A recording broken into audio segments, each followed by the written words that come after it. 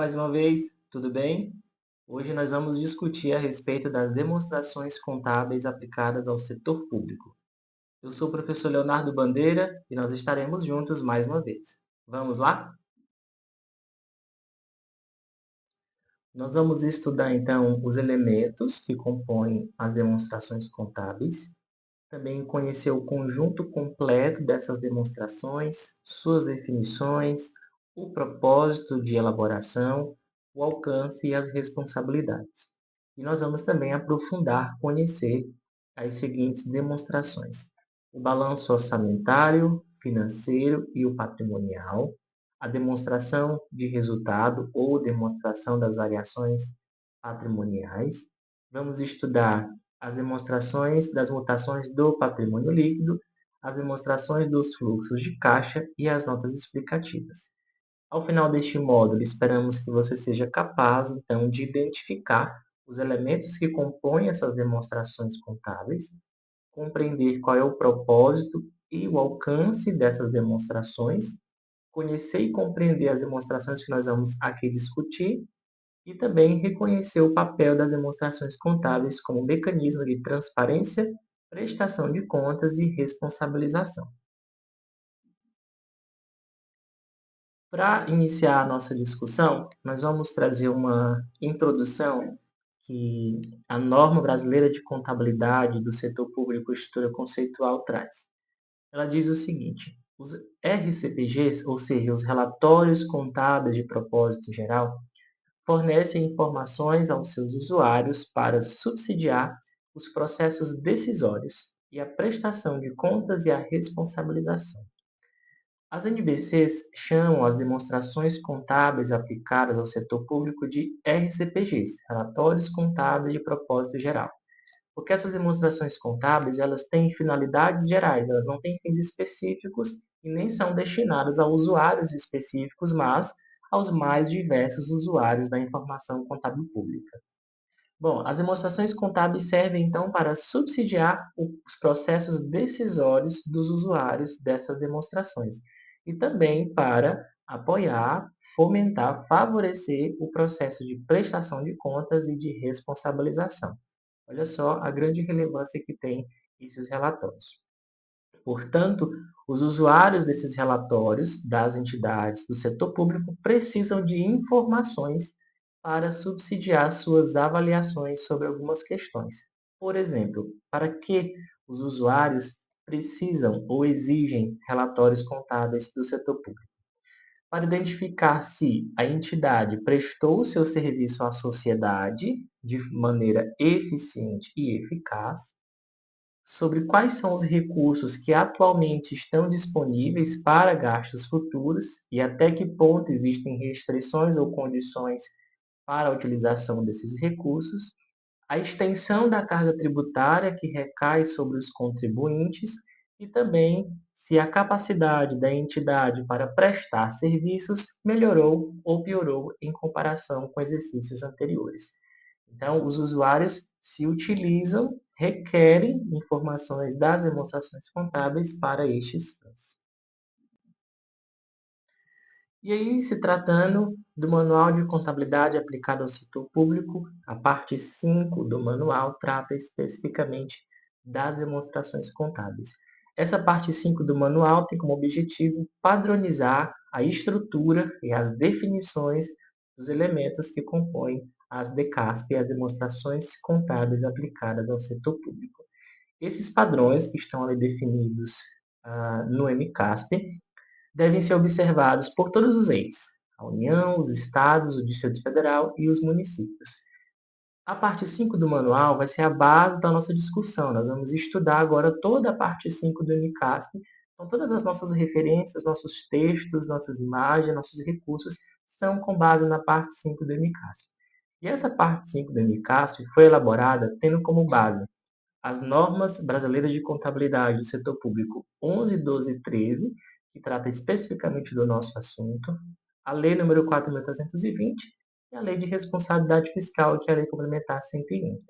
É importante entender que a Lei nº 4.320, mesmo sendo de 64, antes da Constituição, muito antes do processo de convergência das normas internacionais de contabilidade, já trata, nos seus artigos 101 até o 106, sobre as demonstrações contábeis que são obrigatórias, bem como as suas respectivas estruturas.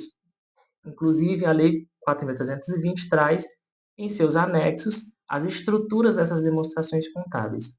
Mas, por conta do próprio processo de convergência e de atualização das normas contábeis, esses padrões, essas estruturas foram atualizadas nas NBCs e também pelo MCAS. Mas é importante entender que, primariamente, a Lei número 4.320 trata desse assunto e tudo isso foi atualizado de acordo com a convergência às normas internacionais e também com aquilo que a contabilidade pública vem buscando, que é o foco patrimonial, foram atualizados e as estruturas definidas hoje são aquelas previstas na parte 5 do MCASP. Antes, então, de aprofundarmos e conhecermos as demonstrações contábeis, nós vamos discutir alguns aspectos conceituais a respeito dos elementos que compõem essas demonstrações contábeis. Conforme a NBC-TSP Estrutura Conceitual, as demonstrações contábeis retratam efeitos financeiros e não financeiros das transações e outros eventos sobre as entidades do setor público. Esses efeitos financeiros e não financeiros, isso porque eu posso ter informações qualitativas e quantitativas, são agrupadas em classes amplas, certo? Essas classes amplas reúnem informações ou efeitos que compartilham de características econômicas comuns. Essas classes que agrupam esses efeitos ou essas informações de características comuns são chamadas nas demonstrações contábeis de elementos das demonstrações contábeis.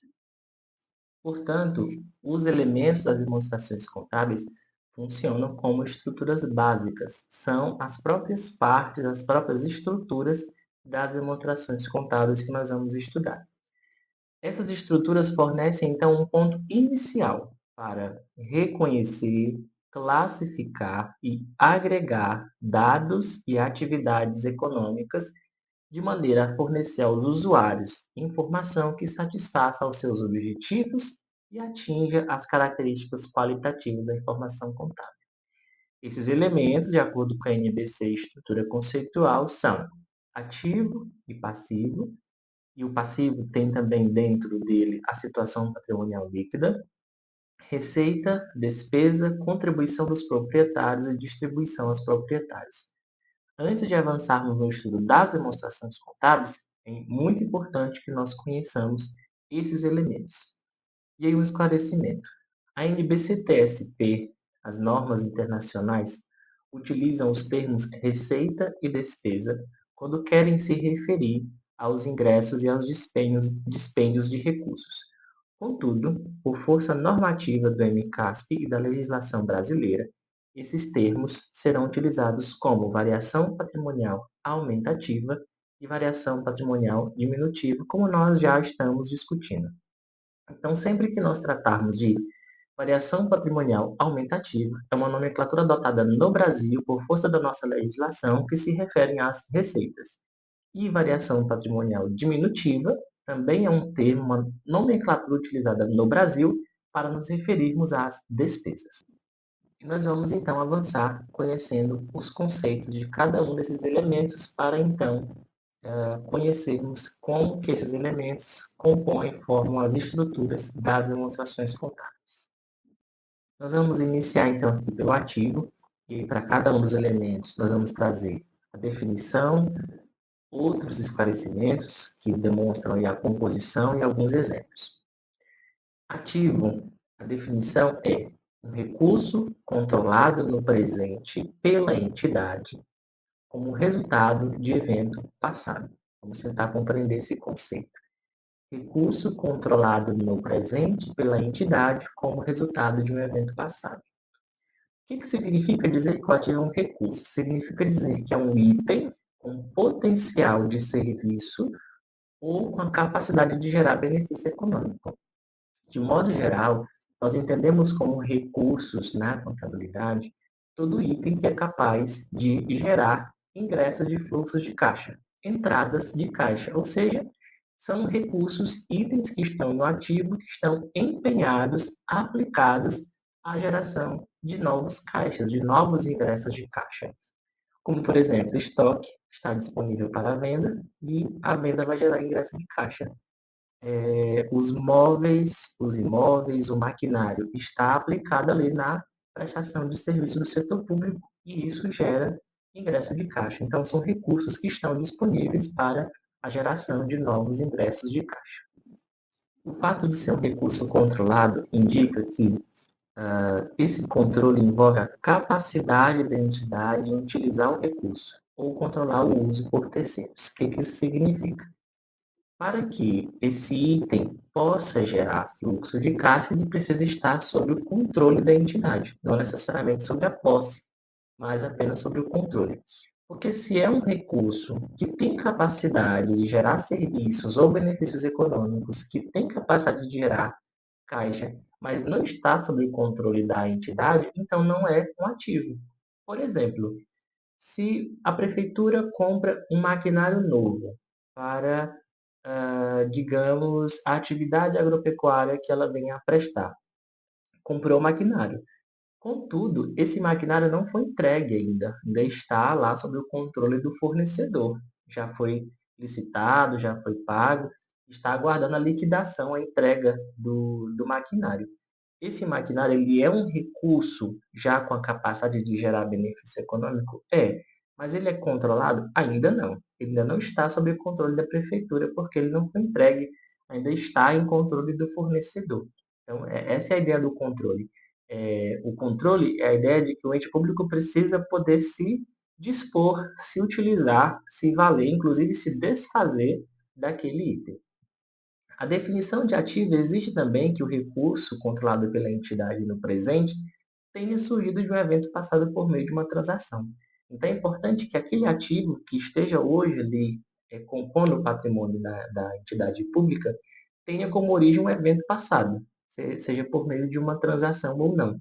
Então, essa transação ela pode ser com contraprestação, ou seja, com pagamentos, ou não, no caso de doações ou transferências. Tá? Então, por exemplo, compra de veículo por meio de uma transação comercial. É uma operação que pode gerar um ativo, porque veículo é um recurso, quando ele chegar, quando ele for entregue, liquidado para o ente público, ele será controlado e ele tem como origem um evento passado que foi uma transação comercial de compra. Recebimento via caixa de valor em espécie referente a tributos arrecadados. Esse recebimento é um recurso. Ele é, na verdade, efetivamente um ingresso de caixa. É um recurso que está sob controle, porque a entidade já pode utilizá-lo. Enquanto ele não for, não puder ser controlado e utilizado, ele não é ativo ainda.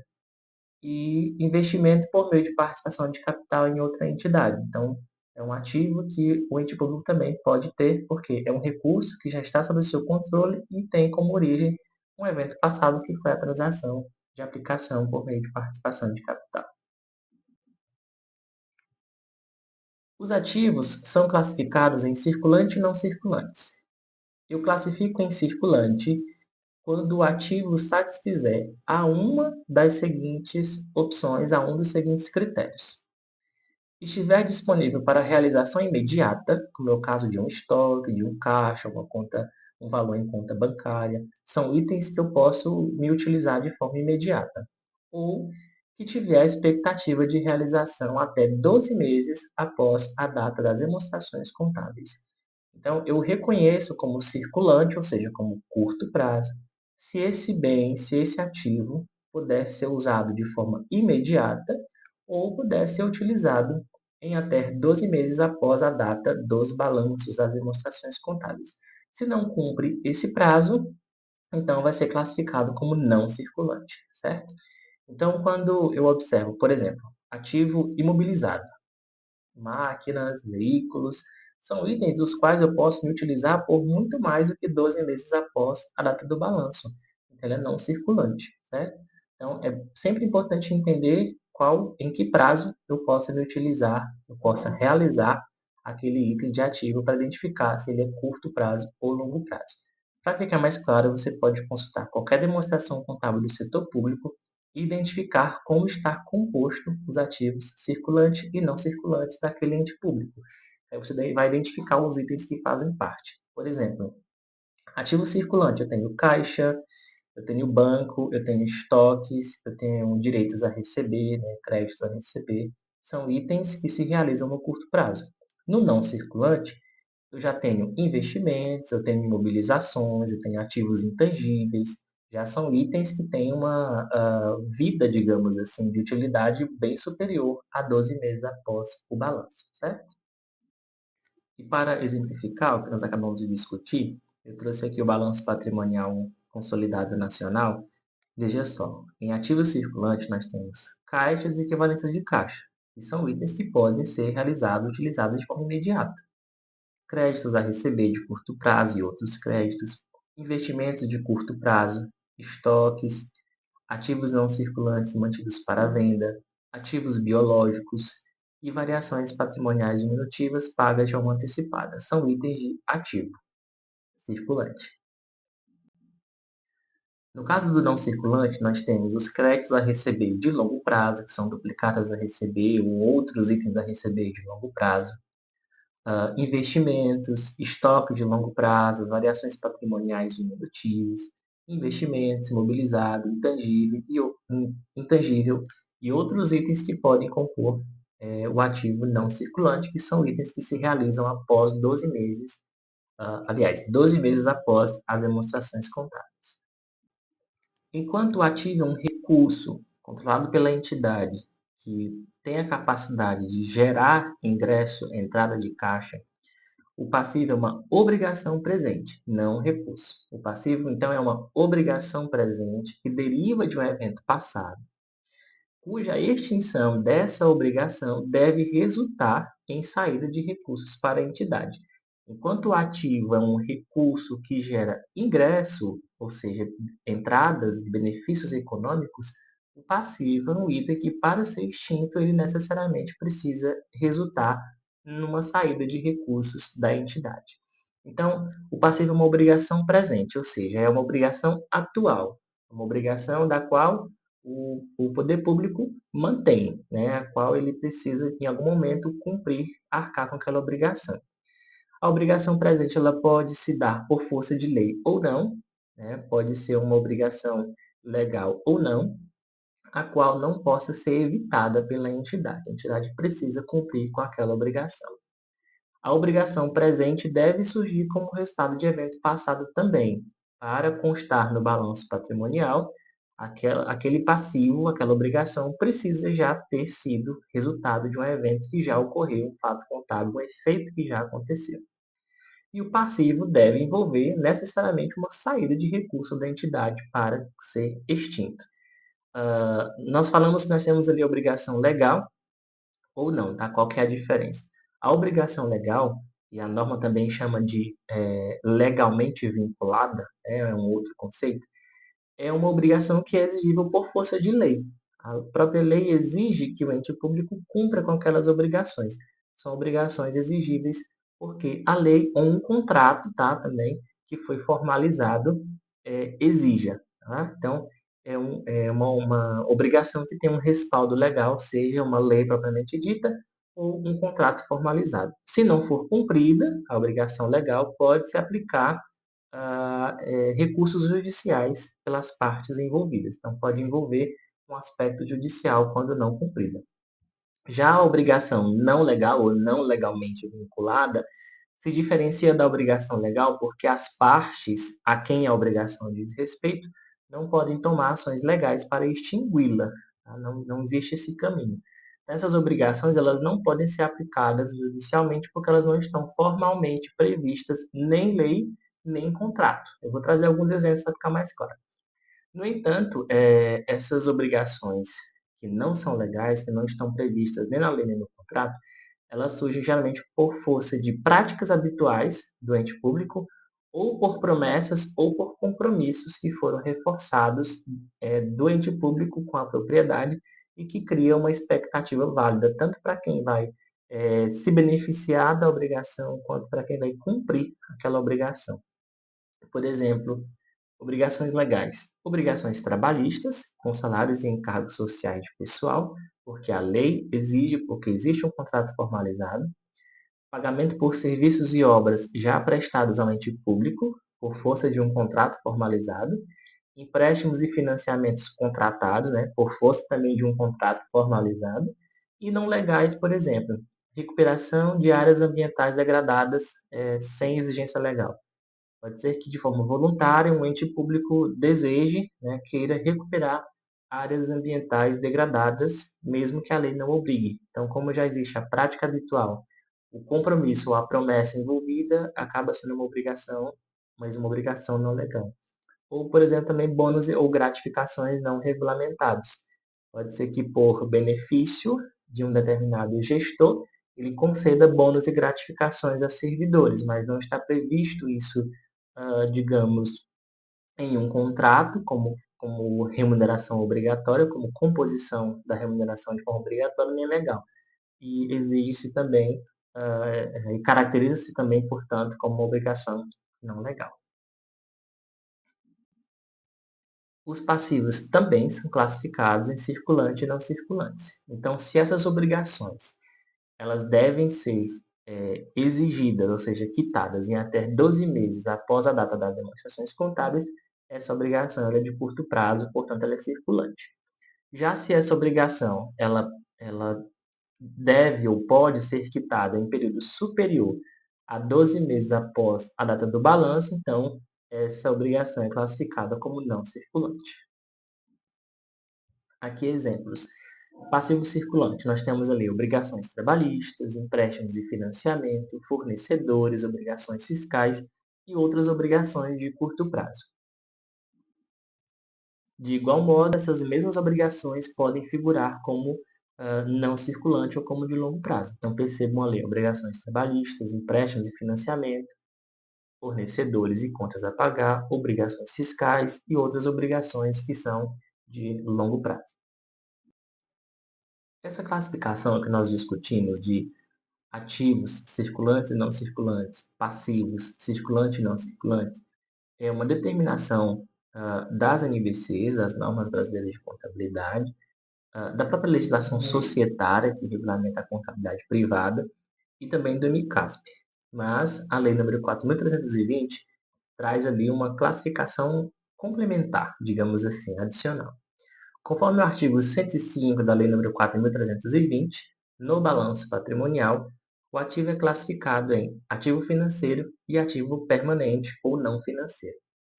O ativo financeiro compreende, então, créditos e valores que são realizáveis independente de autorização orçamentária, certo? Então, são itens que compõem o ativo de forma ali, regular, digamos assim, créditos e valores que possam ser realizados e que independem de autorização orçamentária, ou seja, não se requer uma autorização orçamentária para se realizar esses itens que compõem o ativo. Por exemplo, caixa e equivalente de caixa, os numerários em espécie que estão em caixa, os depósitos bancários. Para serem utilizados, não precisa se prever orçamentariamente. E os valores que são restituíveis, que são recebíveis, né? No caso, notas promissórias, títulos de dívida, debêntures, ações, etc. E itens de crédito que o ente público tenha a receber. Já o ativo permanente compreende bens, créditos e valores cuja mobilização, alienação, dependa de autorização legislativa. Então, os créditos de curto prazo, os imobilizados, os intangíveis, os estoques, os investimentos, são itens que, para serem movimentados, transferidos ou alienados, se exige uma previsão orçamentária e uma autorização legislativa. E aí, já os passivos, de igual modo, são classificados, de acordo com o artigo 105 da mesma lei, em passivo financeiro e passivo permanente. Tem a mesma ideia ou conceito, vamos verificar. O passivo financeiro compreende as dívidas, fundados e outros pagamentos que independem de autorização orçamentária, como é o caso de fornecedores e contas de curto prazo, restos a pagar, depósitos de terceiros e os consignados. E o passivo permanente compreende dívidas e outras que dependem de autorização legislativa para amortizar ou resgatar, e aí se inclui todas as outras obrigações que não foram citadas ali em passivo financeiro. Vamos ver aqui os exemplos. Então, como que isso é representado no balanço patrimonial? Nós vamos ver mais adiante que uma parte do balanço patrimonial, de forma complementar, é o quadro de ativos e passivos financeiros e permanentes exigidos pela Lei nº 4.320. Então, nós temos ali a composição em ativo financeiro e permanente, o total desse ativo, a soma, então, de passivo financeiro e passivo permanente, o total, e também o saldo patrimonial, que confere ali a diferença entre ativo total e passivo total. Concluindo os elementos de natureza patrimonial, vamos discutir a situação patrimonial líquida. Estudamos o ativo, o passivo e agora a situação patrimonial líquida, que também é chamada de patrimônio líquido. A situação patrimonial líquida é a diferença entre os ativos e os passivos, certo? Após a inclusão de outros recursos e a dedução de outras obrigações que são reconhecidas no balanço patrimonial como patrimônio líquido. Então, o patrimônio líquido é a diferença entre os ativos e os passivos que constam ali no balanço patrimonial. A situação patrimonial líquida pode ser um montante positivo ou negativo, depende do equilíbrio entre as contas de ativo e passivo. E o resultado patrimonial do período é a diferença entre as VPAs e as VPDs, as variações patrimoniais aumentativas e as diminutivas, que são apuradas na demonstração das variações patrimoniais. O patrimônio líquido tem uma estrutura, e as contas que compõem essa estrutura são o patrimônio ou capital social daquele ente, as reservas de capital, ajustes de avaliação patrimonial, as reservas de lucros e demais reservas, as ações em tesouraria e os resultados acumulados e outros desdobramentos. Então, é assim que se compõe o patrimônio líquido que está lá no balanço patrimonial. E para fins de ilustração, trago aqui o patrimônio líquido do balanço nacional, onde nós podemos identificar a composição do patrimônio líquido. Então, está o patrimônio social e o capital social do setor público nacional e a composição das demais contas que compõem o patrimônio líquido. Então, é a situação patrimonial líquida, é quanto de fato que resta de forma líquida após deduzir os passivos dos ativos, ou seja, após deduzir todas as obrigações daquilo que se tem de recursos ativos no poder público. Seguindo no estudo dos elementos que compõem as demonstrações contábeis, nós vamos discutir agora a respeito das variações patrimoniais aumentativas e diminutivas. Lembrando que as receitas e as despesas adotam essa nomenclatura na contabilidade pública brasileira. Então, as variações patrimoniais aumentativas e diminutivas são transações que promovem alterações nos elementos patrimoniais da entidade do setor público. Então, são efeitos, são transações que promovem alterações na composição patrimonial da entidade.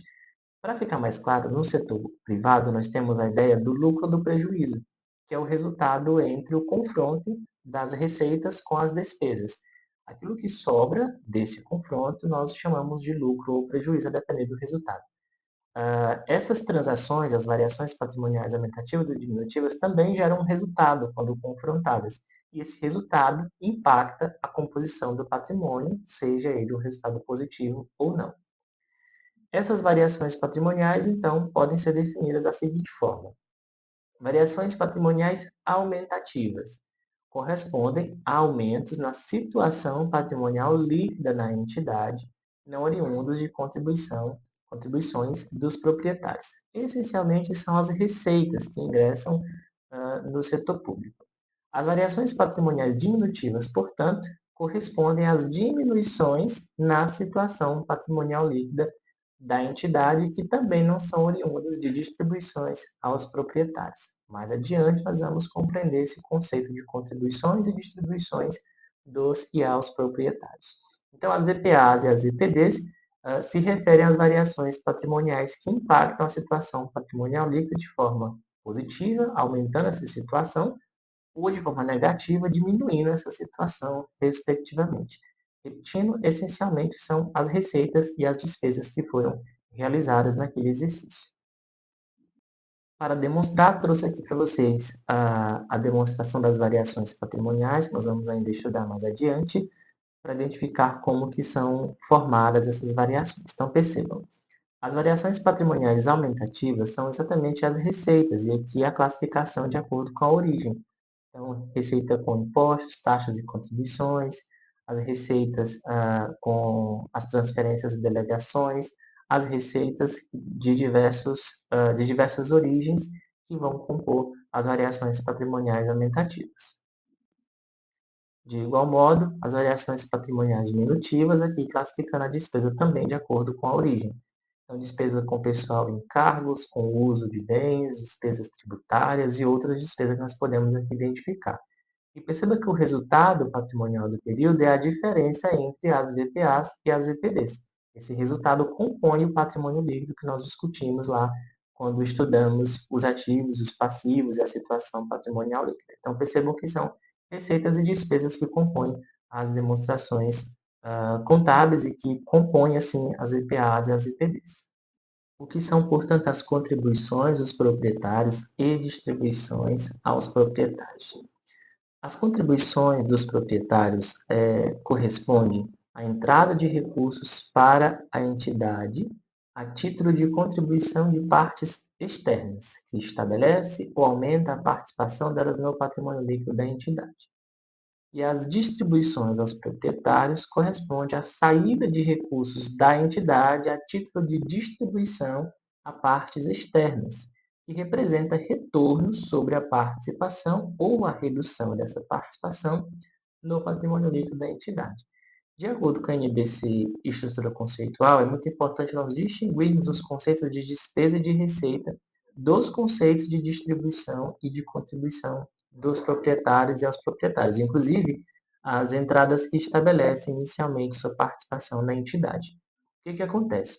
Contribuições dos proprietários são ingressos de recursos para a entidade pública, mas são de partes externas, e essas partes externas são partes que estabelecem ou aumentam a participação delas no patrimônio líquido. Por exemplo, o governo federal pode aportar, o governo federal ou outra entidade, né, ou outra pessoa, pode aportar recursos financeiros em uma estatal, por exemplo, a Petrobras, a Eletrobras, para aumentar a sua participação no capital social. Os proprietários do capital da Petrobras e da Eletrobras, que pode ser o governo federal ou outros investidores, eles podem aportar novos capitais, aumentando a sua participação no capital social dessas empresas. E isso configura a entrada de recursos, mas não configura receita, portanto, não configura variação patrimonial aumentativa. De igual modo, a distribuição aos proprietários é uma saída de recurso da entidade a título de retribuição, digamos assim, de retorno por conta da contribuição dos proprietários. Então, são saída de recursos a título de distribuição a partes externas, que representa retorno ou redução. Então, o governo ou outras pessoas, outros investidores que aportam capital, por exemplo, na Petrobras e na Eletrobras, elas recebem retorno dessa participação.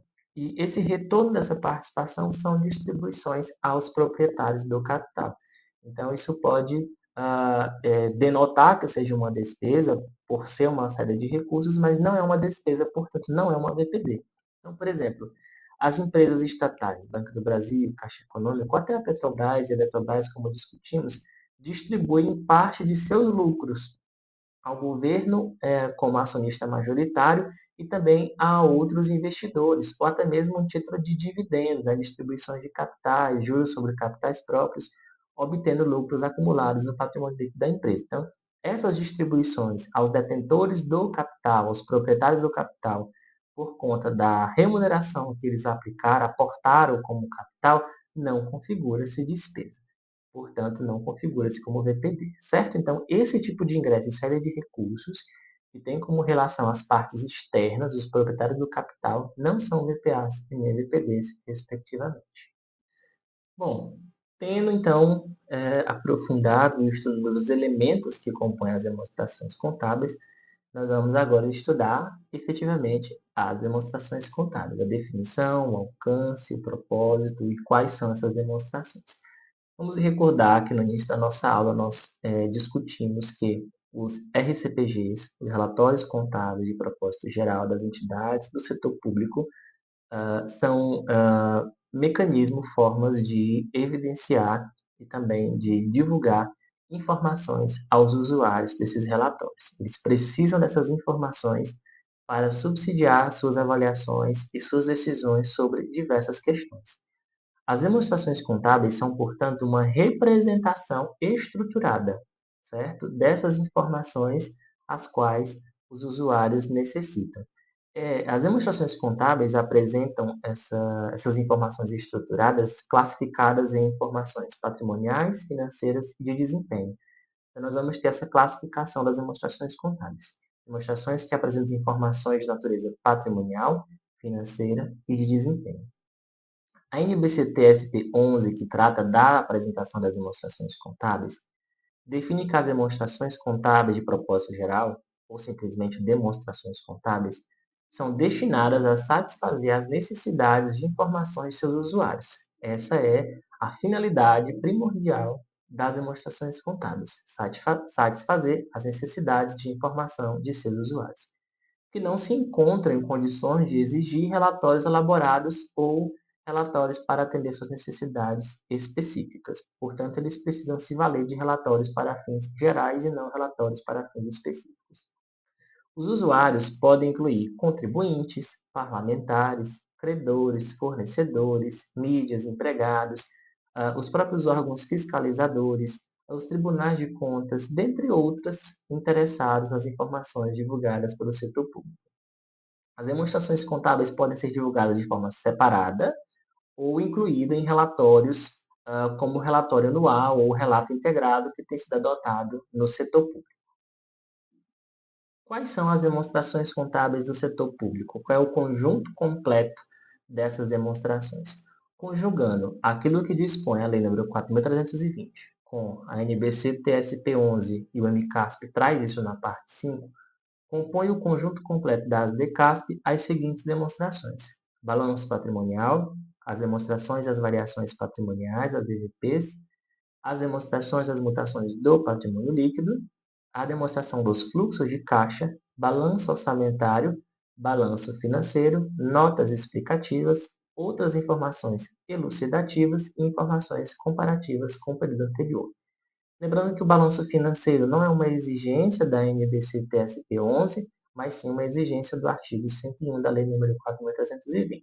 A NBC-TSP 11 não prevê o balanço financeiro como componente, digamos assim, do conjunto completo das DCASP. Apenas a Lei nº 4.320 prevê o balanço orçamentário como parte desse conjunto.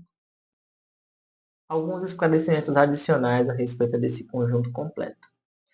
A NBC-TSP 11, repetindo, que trata da apresentação das demonstrações contábeis do setor público, lá no item 21, diz que essas informações, essas demonstrações, melhor dizendo, podem ter outras nomenclaturas definidas conforme normas específicas ou de acordo com a legislação aplicável de cada país, desde que evidencie as informações conforme seu dispositivo e das demais NBCs TSPs.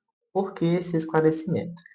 A NBC TSP 11 não trata de demonstração das variações patrimoniais, ela não utiliza essa nomenclatura DVP, tá? E também não utiliza a nomenclatura balanço orçamentário. Então é importante esclarecer isso.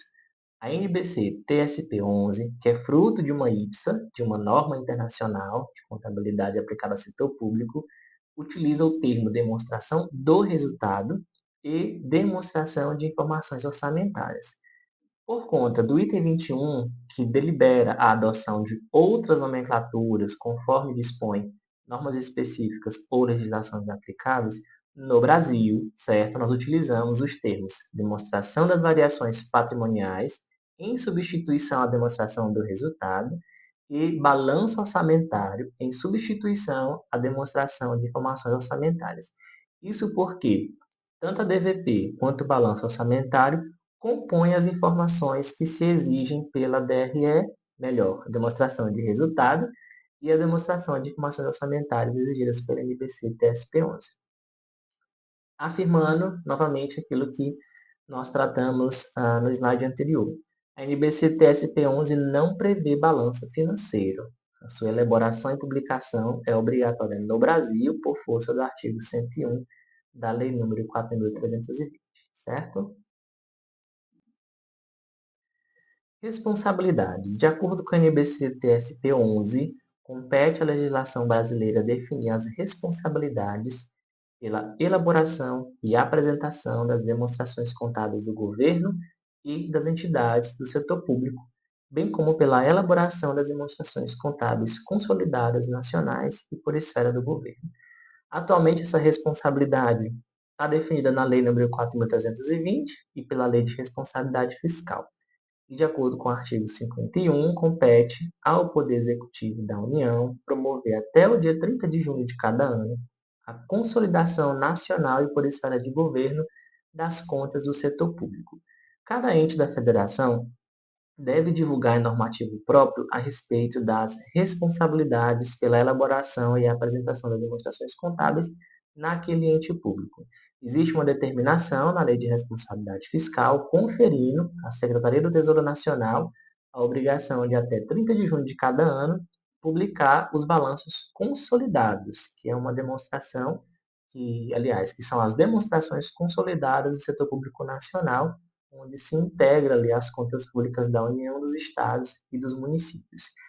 Nós vamos discutir isso mais ao final da aula, mas é importante entender que existe essa determinação legal da consolidação das contas nacionais. Quanto à responsabilidade pela elaboração, é importante ressaltar ainda que, de acordo com a resolução do Conselho Federal de Contabilidade 1640 de 2021, que disciplina o Decreto-Lei 92/95, que cria e regulamenta a profissão contábil, os demonstrativos contábeis devem ser elaborados somente por profissional da contabilidade legalmente habilitado, a qual deverá pôr sua assinatura física ou digital, a categoria profissional, ou seja, se é contador, técnico em contabilidade, e o número de registro no Conselho Regional de Contabilidade respectivo. Então, é uma prerrogativa legal, deliberada, digamos assim, né, pelo Decreto-Lei 92/95, que confere ao profissional da contabilidade competência privativa para elaborar e assinar as demonstrações contábeis. Vamos então conhecer as demonstrações contábeis aplicadas ao setor público, as DECASP. Nós vamos estudar cada uma delas, como que elas estão estruturadas, alguns exemplos, e ao final da aula nós vamos também conhecer as demonstrações contábeis da União e também as demonstrações contábeis do Balanço Consolidado Nacional. Vamos estudar quais informações são apresentadas em cada demonstração contábil, a estrutura e compreender como que o gestor público pode tomar decisões a partir dessas demonstrações. O foco, a ideia não é ensinar como elaborar, até porque isso é de competência do profissional da contabilidade de cada ente público, e nós, como gestores públicos, precisamos compreender como tomar decisão e como interpretar essas demonstrações contábeis. Iniciando então pelo balanço orçamentário. Lembrando que a NBC-TSP 13 determina, né, que a comparação dos valores orçados com os valores realizados decorrentes da execução orçamentária deve ser incluído na demonstração contábil da entidade que publica seu orçamento aprovado. Lembrando que a NBC-TSP 11 prevê uma demonstração de informações orçamentárias, mas nós adotamos uma outra nomenclatura, que é o balanço orçamentário, como nós acabamos de discutir. Então, a NBC-TSP 13 determina que deve ser divulgada uma demonstração de informações orçamentárias em que se apresenta uma comparação entre aquilo que foi orçado e aquilo que foi efetivamente realizado, tanto se tratando de receitas quanto de despesas naquele exercício financeiro. A Lei 4.320 prevê a elaboração do orçamento, prevê a elaboração do balanço orçamentário. E lá dispõe que esse balanço deve demonstrar as receitas e despesas previstas em confronto com as realizadas. Então, a gente entende que o nosso balanço orçamentário atende aos objetivos previstos tanto na NBC-TSP 11 e 13, quanto na Lei número 4.320. Então, nós não adotamos, repito, a demonstração de informações orçamentárias, e sim o balanço orçamentário. Ele vai tratar, portanto, de apresentar uma comparação entre aquilo que foi orçado e o que foi efetivamente realizado, o que é um suporte, uma base fundamental para a elaboração e planejamento orçamentário do ano seguinte. O balanço orçamentário demonstra, então, o quê? O que nós podemos compreender, interpretar e decidir a partir do balanço orçamentário. O balanço orçamentário demonstra as receitas detalhadas por categoria econômica e origem. Lembrando que as receitas, as categorias econômicas são receitas correntes e receita de capital. E aí as origens nós temos a classificação conforme prevê o PCASP, que nós já estudamos. Especificando então a previsão inicial, conforme o que foi aprovado lá no orçamento, a previsão atualizada para o exercício, a receita que foi realizada e o saldo. Apresenta também um outro quadro, onde vai estar identificado as despesas também por categoria econômica e grupo de natureza da despesa. Assim como a receita, a despesa também tem a classificação entre corrente e de capital. Lá precisa especificar a dotação inicial, ou seja, o que foi previsto inicialmente, qual o orçamento inicial para aquela despesa, a dotação atualizada para o exercício, as despesas empenhadas, as liquidadas e as pagas, demonstrando de forma muito clara aí o ciclo da despesa e o saldo da dotação. O balanço orçamentário tem 3 quadros.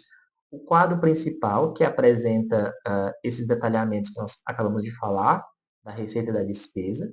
O quadro de execução de restos a pagar não processados e o quadro da execução dos restos a pagar processados. Aqui nós podemos ver uma estrutura que o próprio MCASP apresenta do quadro principal. Então, perceba que nós temos ali receitas correntes e receitas de capital por categoria econômica e por origem. E as colunas para a previsão inicial, atualizada, realizada e o saldo. A previsão inicial, ela demonstra os valores da previsão inicial das receitas de acordo com a Lei Orçamentária Anual, a LOA. Esses valores nessa coluna eles permanecem inalterados, porque são os valores que estão previstos lá no orçamento inicial aprovado pelo Legislativo e promulgado pelo Executivo. Esses valores, então, eles permanecem o mesmo para todo o exercício e reflete a posição inicial da receita no orçamento que foi ali previsto. Tá? O que é a previsão atualizada? Essa previsão inicial, que foi orçada, que está lá na LOA, pode ser atualizada durante o exercício.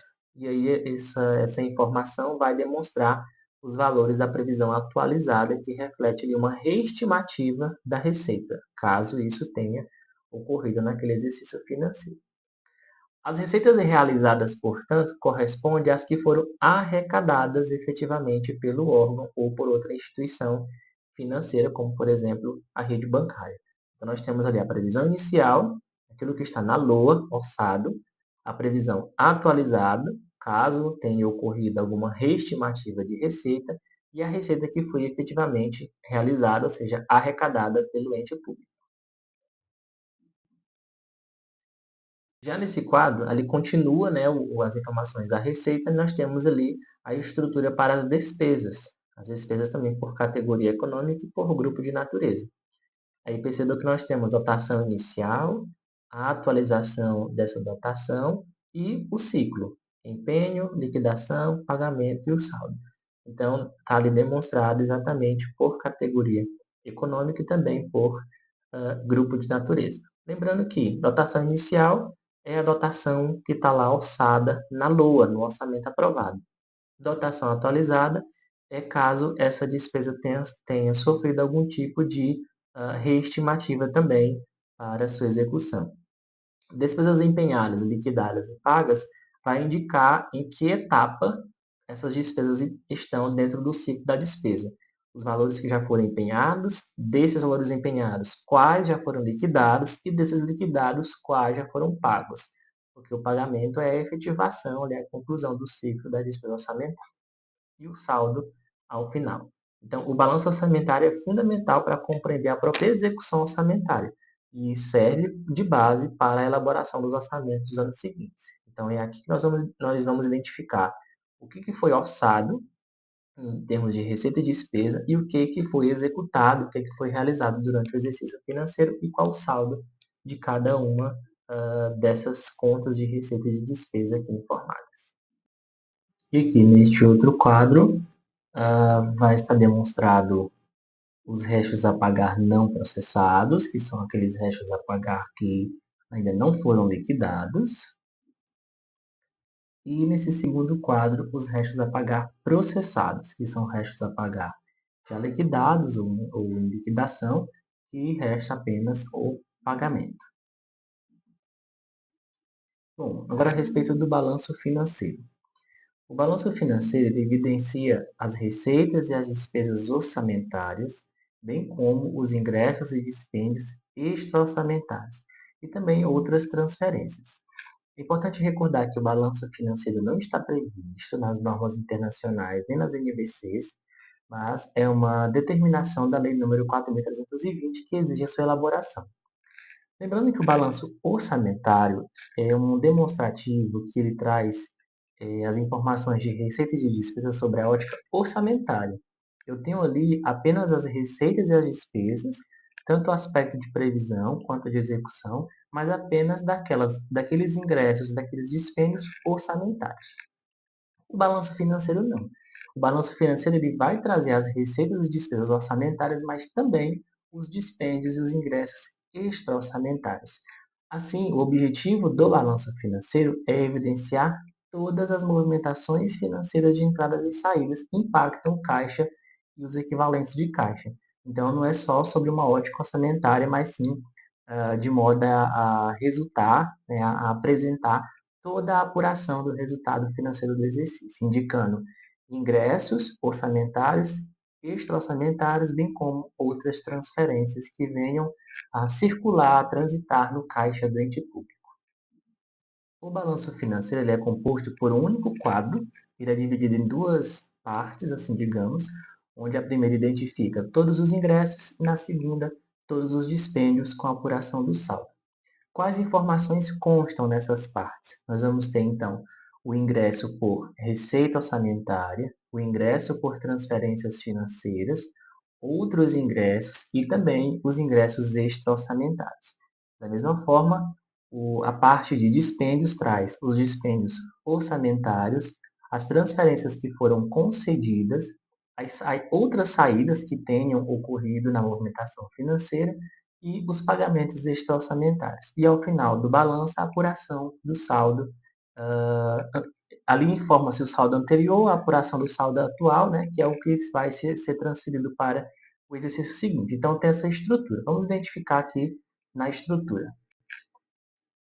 Percebam, então, aqui a primeira parte do quadro que trata de ingressos. Nós temos ali as receitas orçamentárias. Logo em seguida, do lado direito, nós temos as transferências financeiras recebidas. Logo em seguida, outras movimentações financeiras que foram recebidas e os recebimentos extra-orçamentários e, por fim, a apuração do saldo. Então, perceba que são todos os ingressos, independente de se são orçamentários ou não. Na segunda parte, que trata das despesas, dos dispêndios, melhor dizendo, de igual modo, a despesa orçamentária, as transferências financeiras concedidas, as outras movimentações financeiras que foram realizadas e os pagamentos extra-orçamentários, seguido da apuração do saldo. Então, perceba que a ótica, o foco do balanço financeiro é demonstrar a movimentação sobre a ótica do caixa, não somente do orçamento. Porque todas as movimentações, sejam orçamentárias ou não, entram na representação do balanço financeiro. Seguindo, o balanço patrimonial. O balanço patrimonial é uma demonstração contábil que evidencia de forma qualitativa e quantitativa qual é a situação patrimonial da entidade pública. E ali nós vamos entender como que está formado, constituído o patrimônio daquela entidade pública. O balanço patrimonial ele vai evidenciar, portanto, como que o patrimônio do ente público está formado em termos de ativos, passivos e a situação patrimonial líquida. O balanço patrimonial do setor público, diferente do balanço patrimonial do setor privado, tem algumas estruturas adicionais que nós não conhecemos no estudo da contabilidade comercial.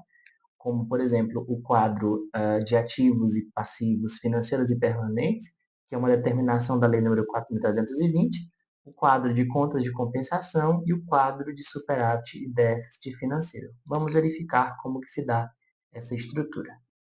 Então, veja que aqui nós temos o quadro principal, que é onde está demonstrada a composição patrimonial sobre a ótica do ativo, do passivo e do patrimônio líquido. Então, nós temos aqui do lado esquerdo o ativo, dividido em circulante e não circulante. Do lado direito, o passivo circulante e não circulante, seguido do patrimônio líquido. O balanço patrimonial ele é acompanhado também do quadro dos ativos e passivos financeiros e permanentes, em cumprimento ao artigo 105 da Lei nº 4.320. Também é acompanhado das contas de compensação, que são contas de controle, onde estão evidenciados ali os atos potenciais ativos e passivos. E também o quadro de apuração do superávit ou do déficit financeiro, que também complementa o balanço patrimonial. Então, esses três balanços que nós acabamos de estudar, eles trazem perspectivas diferentes, são aspectos diferentes que são analisados. Sobre a ótica do balanço orçamentário, nós olhamos o aspecto orçamentário da contabilidade aplicada ao setor público, cujo objetivo é identificar qual é a relação que se tem entre aquilo que foi estimado, previsto no orçamento e aquilo que foi efetivamente executado. Sobre a ótica financeira, nós já analisamos como que tudo isso impacta a movimentação financeira, ou seja, o caixa efetivamente falando, porque nós temos receitas e despesas sendo apuradas por regimes de arrecadação e de empenho sobre a ótica do balanço orçamentário. Mas, sobre a ótica do balanço financeiro, o que nós temos é uma apuração de fato com base no regime de caixa, que são os ingressos e saídas efetivas do caixa. E sobre a ótica do balanço patrimonial, é possível analisar como se dá a composição do patrimônio da entidade do setor público correspondente. Nós vamos estudar agora as demonstrações contábeis, que não têm uma ótica de balanços, mas de demonstrar a formação ou a variação de um determinado valor ao longo do tempo. Nós vamos começar estudando a DVP, a demonstração das variações patrimoniais. Essa demonstração ela tem uma função muito parecida com a DRE, a demonstração do resultado do exercício que é do setor privado. Contudo, é muito importante ressaltar que a DRE ela apura o resultado em termos de lucro ou prejuízo. O resultado da DRE é apresentado dessa forma, ou tem um lucro ou um prejuízo. No setor público, não se visa apurar lucro ou prejuízo, desempenho nesse aspecto que a DRE traz. O resultado patrimonial ele não é indicador de desempenho no setor público, mas é um medidor de quanto o serviço público ofertado promoveu alterações quantitativas nos elementos patrimoniais. Então, o resultado da DVP não é um resultado de desempenho, mas sim o quanto o serviço público contribuiu para as alterações dos elementos patrimoniais, o quanto o serviço público contribuiu de fato para o desenvolvimento, digamos assim, a variação do patrimônio público. Então, a DVP ela evidencia as alterações verificadas no patrimônio, resultantes ou independentes de execução orçamentária, indica o resultado patrimonial do exercício. O resultado patrimonial ele é apurado confrontando as VPAs, que são as variações patrimoniais aumentativas, com as VPDs, que são as variações patrimoniais diminutivas, que, em termos contábeis, seriam as receitas e as despesas. O valor apurado desse confronto compõe, como nós já discutimos, o patrimônio líquido, que faz parte do saldo lá do balanço patrimonial do exercício.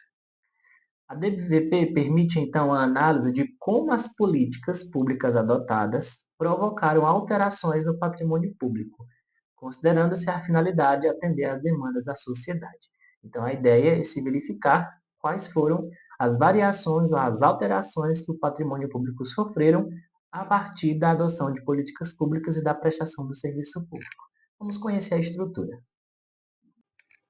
Nessa estrutura, veja que nós temos do lado esquerdo as variações patrimoniais aumentativas, que classifica ali a receita de acordo com a origem, e as variações patrimoniais diminutivas, que classifica a despesa de acordo com o grupo de natureza.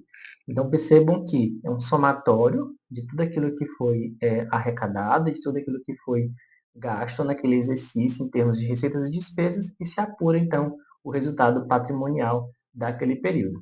Esse resultado, ele compõe o patrimônio líquido lá do grupo do balanço patrimonial.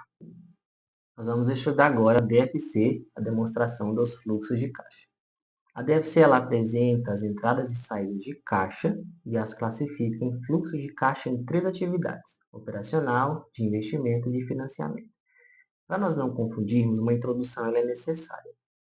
O balanço financeiro é uma demonstração exigida pela Lei nº 4.320 e traz também essa movimentação, os ingressos e as saídas de recursos do caixa, mas sobre a ótica de classificar essa movimentação em orçamentário e extra-orçamentário. Já a DFC, que traz também essa movimentação focada no caixa, traz essa movimentação classificada em atividades operacional, de investimento e de financiamento. Vamos identificar melhor como que é essa classificação. As atividades de financiamento estão relacionadas basicamente com a obtenção de recursos para financiar atividades. Então, quando o setor público recorre a operações de crédito, ou seja, empréstimos e financiamentos, e também por captação de recursos junto aos proprietários de capital, com novos investidores, emitindo títulos de dívida, ali fazendo aporte de capital no patrimônio líquido, isso configura-se como atividade de financiamento. Então, é uma atividade que resulta em mudanças no tamanho e na composição do capital próprio e também no endividamento da entidade. Já as atividades de investimento são configuradas por movimentações financeiras relacionadas a ativos de longo prazo, essencialmente ativos não circulantes. Então, quando o ente público ele realiza esse tipo de movimentação e isso gera ali uma aquisição ou uma alienação, qualquer movimentação relacionada a ativos de longo prazo, isso são investimentos. Já as atividades operacionais são atividades de entrada e saída ali, rotineiras, comuns à própria essencialidade do setor público, que são formadas essencialmente por receitas e despesas correntes. Vamos conhecer essa estrutura. Vejam que no quadro principal está evidenciado os ingressos e as saídas de recursos por fluxos de caixa. Então, percebo do lado esquerdo o fluxo de caixa de atividades operacionais, onde nós temos os ingressos e os dispêndios. Percebo que é essencialmente receita e despesa corrente. Do lado direito, fluxo de caixa das atividades de investimento, e ele veja atividades relacionadas a ativos não circulantes, como alienação, aquisição. E logo mais abaixo, fluxo de caixa de atividades de financiamento, onde estão evidenciadas operações relativas a empréstimos, financiamentos, operações de crédito e outras atividades relacionadas. A DFC ela tem alguns detalhamentos, além da própria movimentação organizada em fluxos. Tem-se o quadro de transferências recebidas e concedidas, seja entre o próprio ente público ou de outros entes públicos ou ainda de outras entidades. Tem o detalhamento do desembolso com pessoal e outras despesas por função. Nós sabemos que a despesa com pessoal é uma despesa limitada e controlada pela Lei de Responsabilidade Fiscal. Então, essa é uma forma de trazer uma transparência maior a esse tipo de gasto. E tem também o detalhamento das movimentações relativas a juros e encargos da dívida, onde tem um quadro específico para demonstrar os valores de ingressos e saídas relativos a juros de correção monetária, tanto da dívida interna quanto da dívida externa. Também para fins de transparência e controle e gestão da dívida pública. Agora, a demonstração das mutações do patrimônio líquido, a DMPL. A DMPL ela demonstra a evolução, seja o aumento ou a redução do patrimônio líquido da entidade durante um período. Para recordar, lá no balanço patrimonial, nós temos um elemento chamado patrimônio líquido, onde nós identificamos qual é a situação patrimonial líquida da entidade. A DMPL é uma demonstração detalhada e estruturada que representa o próprio patrimônio líquido. Como que ocorreu as mutações, seja aumento ou diminuição, entre um exercício financeiro e outro. A DMPL é obrigatória para empresas estatais dependentes. O que é uma empresa estatal dependente? São empresas que são controladas pelo poder público, seja pela União, por algum estado, algum município, da qual aquela entidade pública depende em termos de recursos para manutenção, despesas com pessoal e outras atividades essenciais. Então, uma empresa estatal dependente é uma empresa que é controlada e dependente financeiramente de um ente público, certo? Por exemplo, a EBSER, a empresa brasileira de serviços hospitalares, é um exemplo de empresa estatal. A DMPL é obrigatória apenas para esse tipo de empresa, de entidade pública, tá? Constituída sob forma de sociedade anônima, e é facultativa para os demais órgãos. Lembrando que a DMPL ela compõe o anexo de metas fiscais e também a LDO, conforme determina a Lei de Responsabilidade Fiscal. Vamos conferir a estrutura da DMPL. Então, a DMPL tem essa estrutura, onde percebam que as contas das colunas são iguais às contas das linhas, e são as contas que compõem o próprio patrimônio líquido. Então, inicia-se ali com o saldo inicial, que é o saldo de cada conta no início do exercício, as movimentações em termos de ajustes, aumentos, resgates, constituições ou reversões, movimentações que podem acontecer durante o exercício e o saldo final. Então, vai demonstrar saldo inicial, a movimentação e o saldo final. Isso para se analisar como que se comportou a mutação do patrimônio líquido da entidade pública naquele período. Por fim, nós vamos agora estudar algumas informações complementares que são apresentadas às demonstrações contábeis, que são as notas explicativas, e as informações por segmento, que geralmente são apresentadas também em forma de notas explicativas. As notas explicativas não são demonstrações propriamente ditas, né? Compõem, integra as demonstrações contábeis, mas não tem aquela estrutura de quadro como nós estudamos nas demais demonstrações. Então, são informações adicionais àquelas que estão apresentadas nos quadros das demonstrações, e são consideradas partes integrantes desses relatórios. O objetivo da nota explicativa é facilitar a compreensão das demonstrações contábeis. Se vocês perceberam, as demonstrações contábeis, em sua maioria, apresentam ali saldos finais das contas, mas muitas vezes não está claro como que aquele saldo foi movimentado, o que aconteceu, quais aspectos são relevantes de se compreender para interpretar melhor as informações das demonstrações contábeis. Então, as notas explicativas facilitam essa compreensão. Então, elas precisam, no caso, ser claras, sintéticas e objetivas, e ter informações de qualquer natureza exigida por lei. Tanto a lei quanto as NBCs tratam, e o MCASP também, tratam de quais informações devem ser divulgadas em notas explicativas. Já as informações por segmento, que se dá em forma de nota explicativa, é uma forma de divulgar informações mais detalhadas de forma segmentada por atividade que o ente público vem a desempenhar. Então, isso auxilia os usuários das demonstrações contábeis para entender o desempenho da entidade, tanto em relação a períodos diferentes quanto em cada segmento. Existe uma norma brasileira de contabilidade específica que regulamenta o tema, que é a NBC-PSP 27. Então, o segmento é qualquer atividade ou grupo de atividades que uma entidade pública venha a desempenhar. Vamos verificar um exemplo. O MCASP traz esse exemplo de como uma informação por segmento pode ser apresentada em forma de nota explicativa. Então, perceba que tem uma estrutura que traz receitas e despesas por segmentos, e essas informações são segmentadas por área: educação, saúde, segurança, outros serviços, e também o exercício anterior, o exercício atual. Então, é uma forma de segmentar a informação por atividade e detalhar melhor também como o ente público tem obtido recursos e gasta esses recursos por área de atividade e de atuação. De forma complementar, quero trazer para vocês uma informação muito relevante, que é a respeito do balanço do setor público nacional. Nós discutimos lá no início da aula que a Lei de Responsabilidade Fiscal, quando nós falávamos sobre responsabilidades, atribuiu à Secretaria do Tesouro Nacional a responsabilidade de publicar a cada ano o balanço do setor público nacional, que consolida as contas de todos os entes públicos.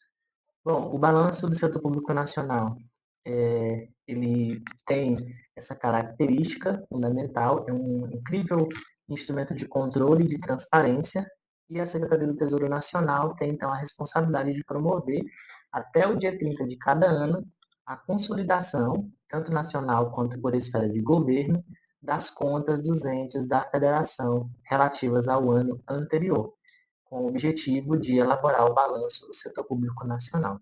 E o balanço do setor público nacional é divulgado na internet e pode ser acessado por todo mundo. A publicação, então, contempla toda a gestão patrimonial e orçamentária consolidada de todos os entes da federação, de todos os poderes, inclusive do Ministério Público e das defensorias. E, com base nas informações consolidadas de cada ente, é possível, assim, a nós, como sociedade, conhecer melhor a situação patrimonial do setor público brasileiro como um todo, bem como seus fluxos. Né? É uma das poucas publicações no mundo que se propõe a realizar essa ampla consolidação de todos os entes de um governo de um país. Então, deixo como informação complementar para que você busque conhecer o BSPN, que nós vamos também apresentar num vídeo suplementar. Tá bem? E aí, como resumo da nossa aula, quero destacar alguns pontos que nós discutimos. Nós tratamos do objetivo das demonstrações contábeis, que de forma primordial é o de subsidiar a tomada de decisão e a prestação de contas e permitir que os usuários tomem decisão a partir de algumas questões, como avaliar a eficiência, a disponibilidade de recursos, a carga tributária e também a capacidade do ente em prestar serviços. Discutimos também os elementos das demonstrações contábeis, e nós estudamos os conceitos e a composição do ativo, do passivo, do patrimônio líquido, bem como das variações patrimoniais aumentativas e diminutivas. Além disso, estudamos como os ativos e passivos estão classificados em relação ao prazo. Essa classificação se dá em circulante e não circulante. E, além disso, uma classificação adicional, que é prevista pela Lei nº 4.320, que classifica os ativos e passivos em financeiros e permanentes. Nós estudamos também o conjunto das demonstrações contábeis aplicadas no setor público. E aí nós estudamos o conceito, a estrutura, qual é o propósito, como analisar, quais decisões tomar a partir de cada uma. Discutimos o balanço patrimonial, orçamentário e financeiro e as demonstrações das variações patrimoniais, dos fluxos de caixa e das mutações do patrimônio líquido, além de discutir as informações complementares, como notas explicativas, informações por segmento, e também, como curiosidade, como informação, eu trouxe aí o balanço do setor público nacional. Bem?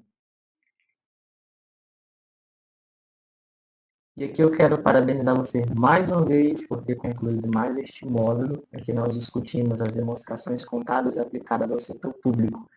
Quero parabenizar você também por essa trajetória, por ter percorrido este caminho de aprendizado.